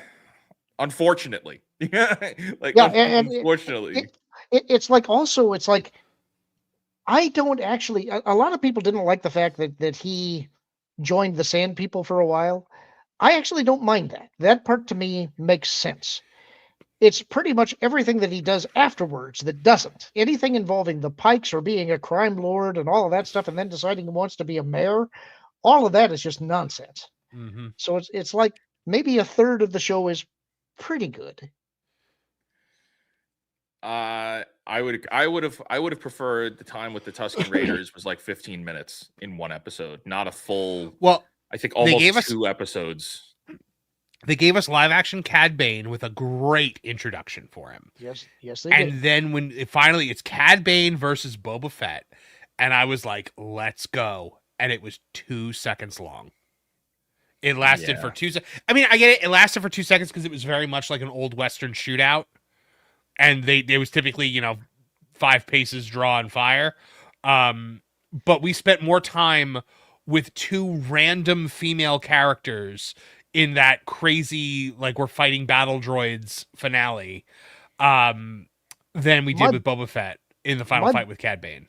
My biggest complaint about the Book of Boba Fett is they made a climax where you have Boba Fett riding a Rancor and somehow it's boring. Yeah, somehow that wasn't cool. Yeah. It's like that should have been everybody. It's like that's a comic book 2-page spread. Like, and yet, I would imagine walking into every comic book shop I would ever go into for the rest of my life and seeing like a giant hot toy of that. And you've got Danny Trejo as the Rancor keeper. It's like, how do you miss with this? The Acolyte. Oh my God! Come on! Come on now! It needs its own category. It needs its own category. Honestly, that's why. This is why I wanted the God tier slop category, because the Acolyte slop, and I wanted the Acolyte to be the only thing in it. I mean, just name it the Acolyte. That's funnier. Yep. All right, Obi-Wan Kenobi. S tier slop. Okay, can I ask a question on this one? Hold on. Yeah, I think I might not put this on S tier. I think there's actually a good show in here. But I think that good show is going to be an edit that is being made by a guy who actually does special effects work for Lucasfilm. It's called Trials of the Master, and he redoes pretty much the whole movie to make it not only geographically accurate for where things are located, but also puts the focus back on Obi-Wan and Luke, does color correction and everything else. That is not what we got. So could we count it on a theoretical, or do we have to do what Disney actually gave us? Oh, we got to do what we actually got. Yeah, unfortunately, because then there's also the Kai Peterson cut of the movie, which is like it's 2.5 hours, and he adds in scenes, and it's a way better like movie. Like, a lot of people are cutting this together. It's like, was there potential there, and could you harvest some scenes to make something worthwhile? Sure, but the actual canon of it is terrible. I would say probably probably A, because I do like. Here's the thing, and I know people yell at me for this, but I do like the fight with Obi-Wan and Vader at the end.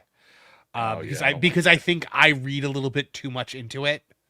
Because I in my opinion, like they put more thought into it than I think they actually did.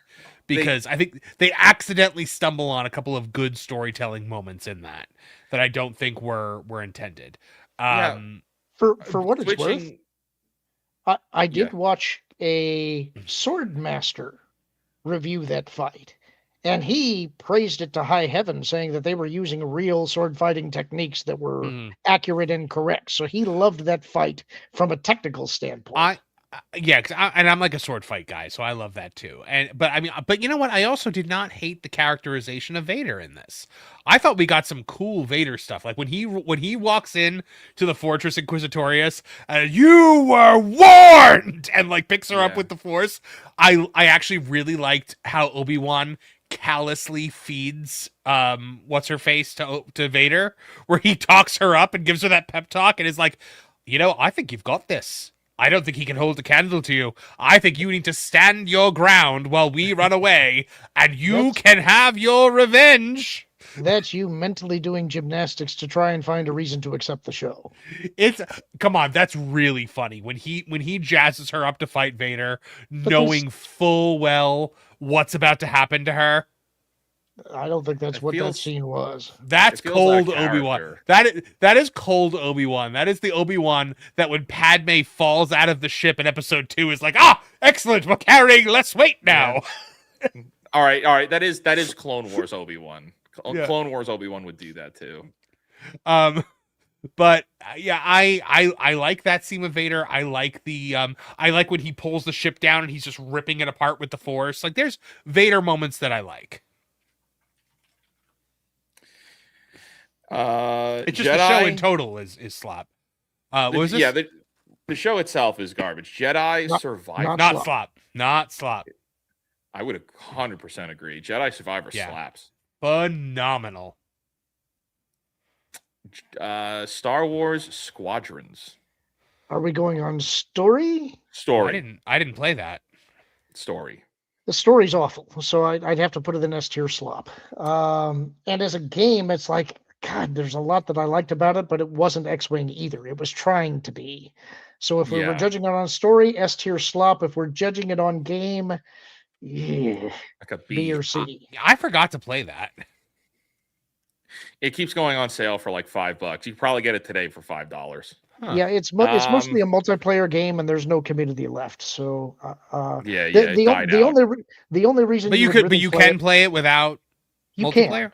Okay. But I would suggest to you that it's really only worth it if you're going to play it in VR. Okay. I'm just not good at those games. The Clone Wars final season, not the whole series, just the final season. Not slop in 50-50. But it's got the Martez sisters. It's going.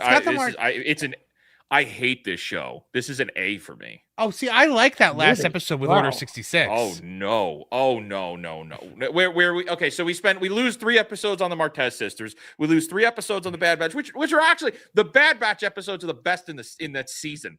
And then we get to the Maul episodes where they emasculate Maul again. They bring him back for him to lose.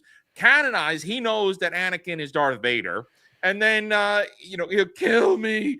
Oh, great. Maul's a loser again. The last episode, Bury the Dead, is fine, but everything with Maul, I hate about it. So I think I would put it probably at C, but you're talking about putting it at A, and Marv's talking about putting it at not slop. So I think we'd have to split the difference and make it a B. That would bring it that would make it more like a C. Yeah. You think? I'll make it more like a C. Yeah. All right. I think C is fine. I think C is okay. Mandalorian 1. Not slop. Not slop. Yeah, I like Jedi Fallen Order. Not slop. That is not slop. Battlefront 1.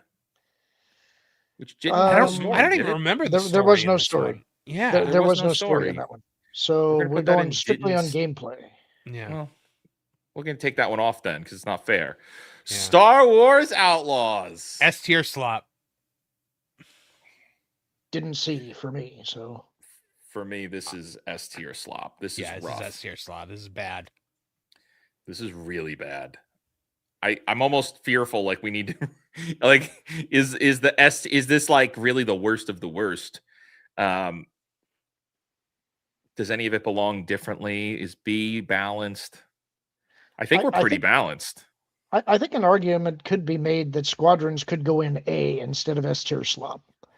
I kind of want to agree with that because I feel like Outlaws is worse. Yeah. I think the rest is worse. Everything else in S tier slop, I think, belongs there. So I think that if you do that, then we're good. And that brings us to the last one of the night, Maul. I got to go to S tier slop. See, I wouldn't go S tier. I would probably go A. How many episodes were worth watching? But how many are worth rewatching? See, Now, 2 just out of 10. not worth watching or being boring or slightly aggravating. To me, that's A tier slop. S tier Why slop did we is need? Why S tier slop is do we I am need this story? grinding my teeth and yelling at the TV because it's so bad. I was doing that because it was I wasting was my doing time. it too. Oh. In the 10 final hours. few. Well, Yeah. Okay, I'll go Five with 5 you. hours rather. I'll go with you. I I just feel like something that had 2 good episodes probably is an S tier slop. That's 20%. Still, but S On- tier slop is 100% of it is bad. Good Lord. I I'll give you the A only because No, I'll go S. I'll well, follow no, you no. guys on this one. I'll I be bullied technically into it. I'm the tiebreaker. You A and S. I don't know where I stand on it because is it as bad as Mandalorian? Is it as bad as Ahsoka? I don't think it's as bad. Well, actually, no, it is. It's the dark side version of Ahsoka. So if you don't like Ahsoka, you can't like Maul. It's got to stay in the S tier because it is. You're just right. dark Okay. side I Ahsoka. accept- It's I the accept your same premise. story. The same story again with just a couple different plot beats. I accept your premise. All right, so what do we Yeah. have that's not slop that Disney has created? Rebels, Andor, Mandalorian seasons 1 and 2, Rogue One, Andor, and the Cal Kestis games. That's not a lot. No. well, I think you can argue that the C tier is still good enough to be acceptable. If it was But- just C tiers, then that would be fine. Like if it was, but like the bad outweighs the good by Yeah, a lot. right. But what I'm saying though is that everything B and above I would toss out and I wouldn't miss at all. Mhm. I think C and not slop are acceptable and could be retained. That's how I would read it. We just this is a very important comment, and I feel stupid for not knowing it. Did you guys We see did Visions? forget Visions. I did. I We see did forgot Visions. Visions. I never saw Okay. Visions. So. I saw it, but I don't remember it. Okay, season 1 was awesome. Season 2, it's not. I wouldn't say it's slop, but it's not as good as season 1. Season 1 was awesome. Pro just shared with me a tweet that says Disney Lucasfilm is inviting Disney shill influencers to the Mandalorian and Grogu premiere in desperate attempt to generate early positive reviews and reactions. Yep, it's happening. We called it. Exactly what we said it. and 10 minutes ago. it's literally the spit take guy, Of course it is. and they're having the little Babu Fricks like invite them. The desperation rollout, man. Okay, if I try to drop this in. No, can't do it. Regardless, I would say all of Visions is not slop. And Lauren, you would like them. I think you should. I actually think you should watch the first season because, but you don't even have to watch them all in once. They're kind of like spin-off stories. They're not completely tied to canon. They're just really interesting stories. They're what if though, right? Yeah. They're what if. I tend not to be a huge fan of what if stories. It's okay. So it's not like it's not a what if Anakin was good. It's a Star Wars concept that might exist in. I think of it like World Between Worlds kind of thing. So it's not really what if Grogu got picked up by Max Rebo. It's more like here's a different take on something that could happen in a post Clone Wars world. Here's something that could happen with the Jedis, with this particular Jedi on the run. Since you said that, can we agree that one good thing that the Book of Boba Fett did was bring back Max Rebo? And Black Chrysanthemum, although they made him into a bitch. I like. You know I what? like I'm more Chrysanthemum. comfortable with Boba Fett not being S tier slop now that I remember that Max Rebo came back. Yeah. I did like that he was there. I don't care how he got away. I don't need to have a story about Max Rebo sensing that he needs to get off the sail barge. I just like the idea that Max. I hope actually he survived Garsa Fwip's sanctuary being blown up too. I would like to see Max Rebo just pop up somewhere else. He's like the luckiest Ortolan in the galaxy for some reason. 100%. Yeah, they brought back Max Rebo, and later this year we're getting the return of Ben Quaterneros. People have been asking me if I'm going to play that game, and I am, just because I loved Pod Racer, and I miss Pod Racer. I don't like the fact that we're seeing Jakku and some other sequel stuff in there, but if I get pod racing, I will play that game.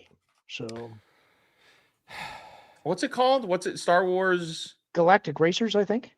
Galactic Racer. So the Rock apparently wore a skirt to the Met Gala and was asked about it and said, in our culture, Polynesian culture, we rock lavas and we rock skirts. The most masculine men, not that I'm one of them, but the most masculine men wear skirts. He's having a great month, The Rock. First it was real masculinity is feminism, and now it's real masculinity is wearing skirts. He's doing a great job. He's just doing a bang-up job.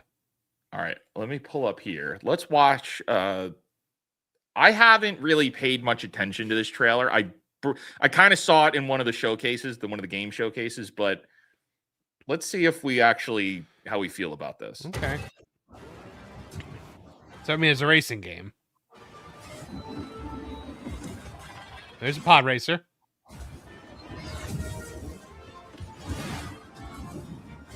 I hate this trailer.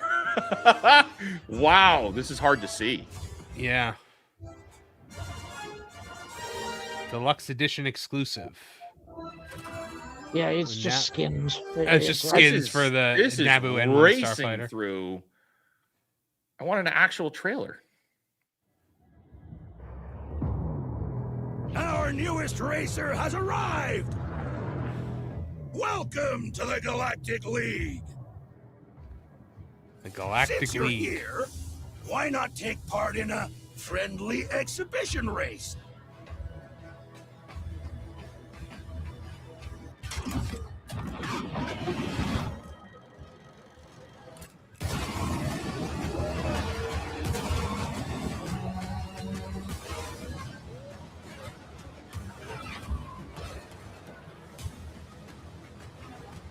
Oh yeah, this is Jakku.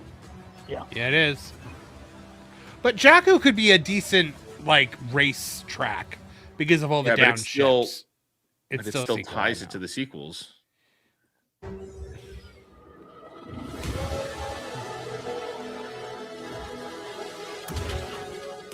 Impeding! Impeding! If they weren't holding me back right now, I'd have you frozen in carbonite! No. I think so. No, it's not a pike. Oh, what do we know what it is? It's another alien race that was introduced in the Clone Wars, but it's not a pike. Ah.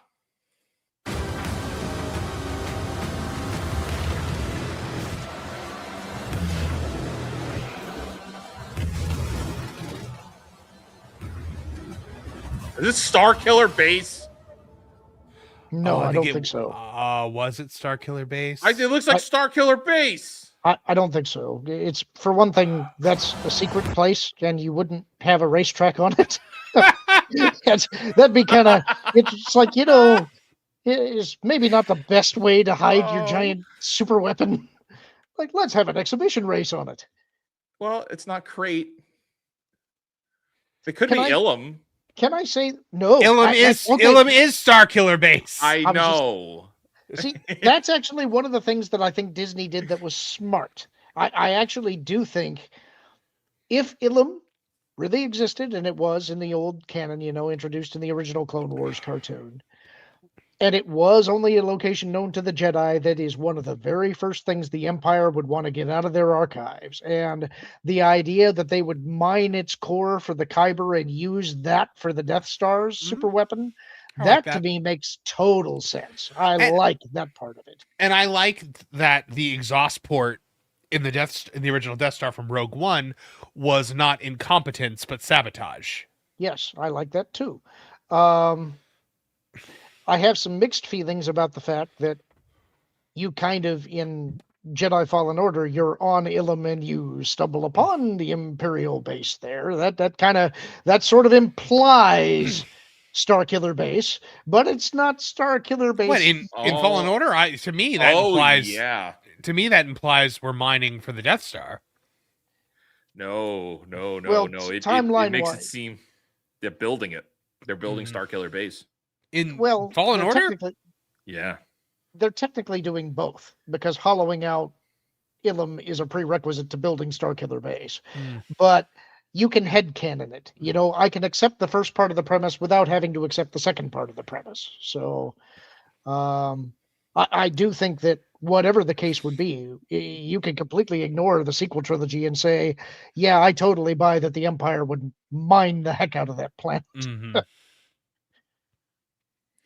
And I like the fact that that sort of kind of makes the Death Star a giant lightsaber, which is it's the same kind of concept to me as the Emperor seating his throne right in the middle of the Jedi Temple. It's just another giant FU to the Jedi, and I like that it just makes Palpatine such a dick. Uh-huh. I do think Disney got that part right. Yeah, I like that. With it, whenever I think about the Death Star, though, like I think about that when you're in the Death Star at the end of Force Unleashed, and you have to run down the firing like hallways and like dodge out of the way at the right time. That was so stressful. Commence primary ignition. No, man. Well, you know, I'm just realizing if Galactic Racer, see, I'm still Galactic Star Cruiser. If Galactic Racer is dropping in, I think it's October. It is. Then that kind of hurts the idea that Jedi Knight or the upcoming Cal Kestis game would drop this year. They might hold it because they're not going to want to put out 2 Star Wars games back to back to bomb. Well, I got to tell you, I was expecting a trailer drop today, and we didn't get it. So if we didn't get it today, not a trailer, not a title, not nothing on all. Are they holding Star Wars Celebration this year? I believe it's in California. Yeah, I think I had read it was in California. It was in Orlando the year that they debuted the Last Jedi trailer, which was like I just moved here. I really hope they do it here again. I could see them. I could see them holding the trailer for that maybe. So no, correction. Star Wars Celebration, the next one is scheduled for April 1st through the 4th of 2027 in LA. Okay. Well, I would guess then that we're not getting it this year then. So that would mean we are getting well, no, they could be saving it for like a game fest, summer game fest, or something like that. Fair. Not the game. Yeah, that's true. Yeah. I think they'll, or maybe like a Sony State of Play or something like that. I think they're gonna do something like that. Like it'll actually be during a game event, not a Star Wars event. Which would make sense because that's where they premiered this. Yeah.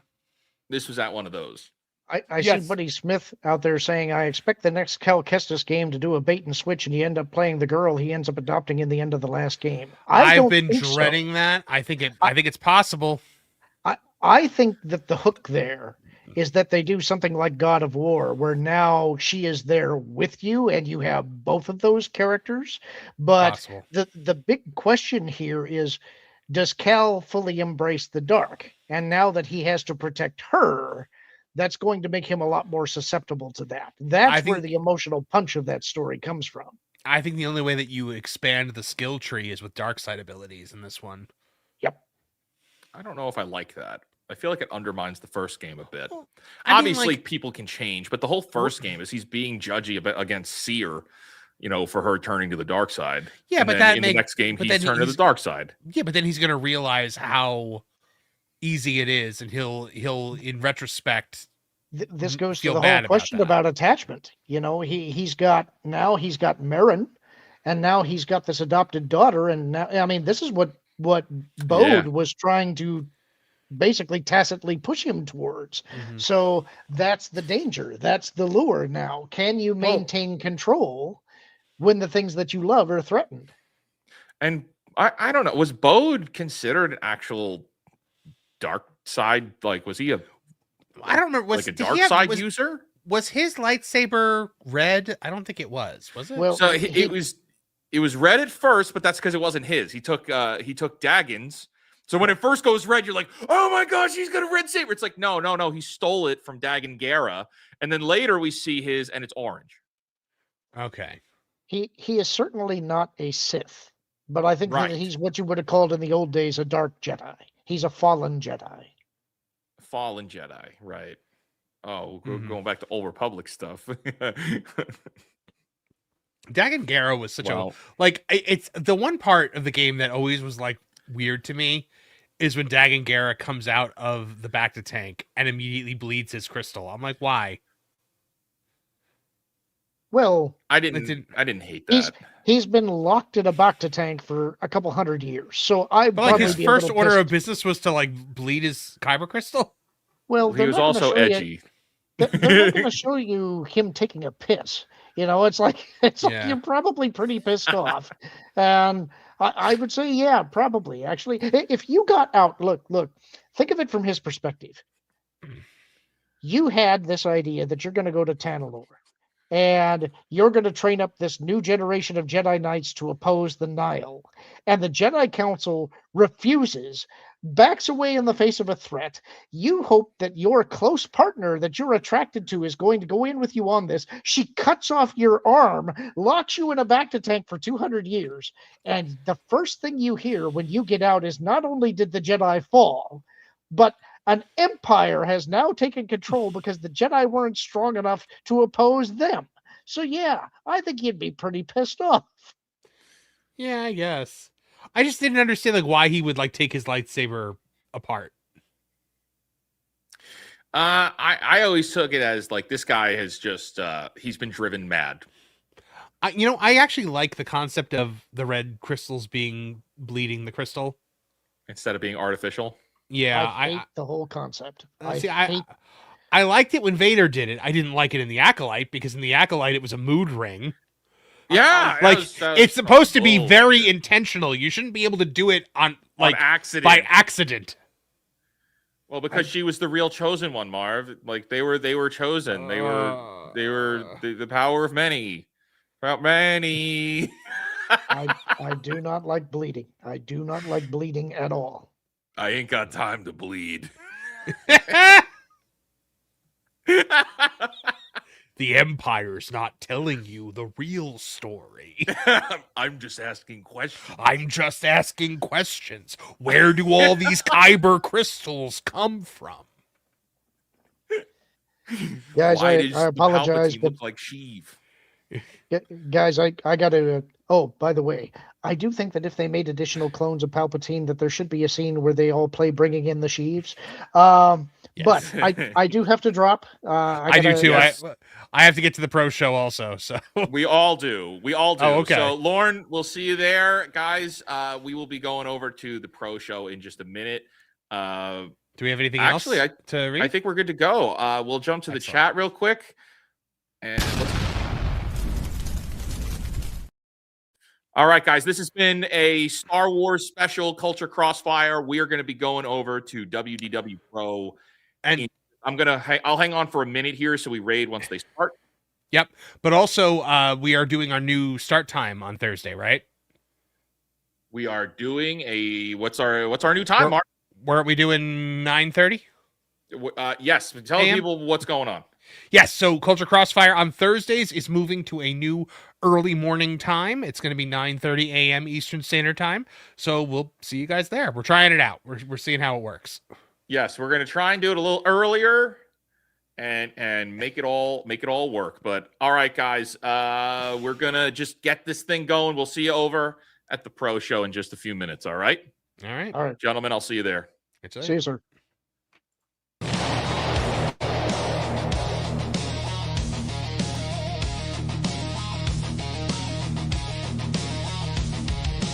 Headlines burning, trending, wars ignite.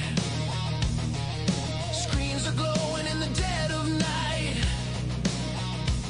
Box office bombs and streaming fights. Who's wrong, who's right? We bring the light.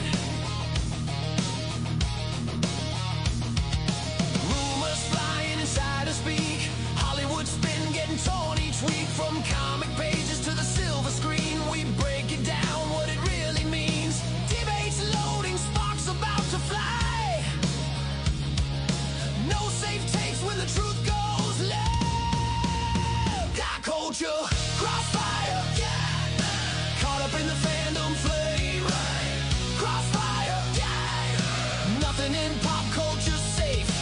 Wizard casting truth bombs, Marv bringing the fire. When the heart takes hit.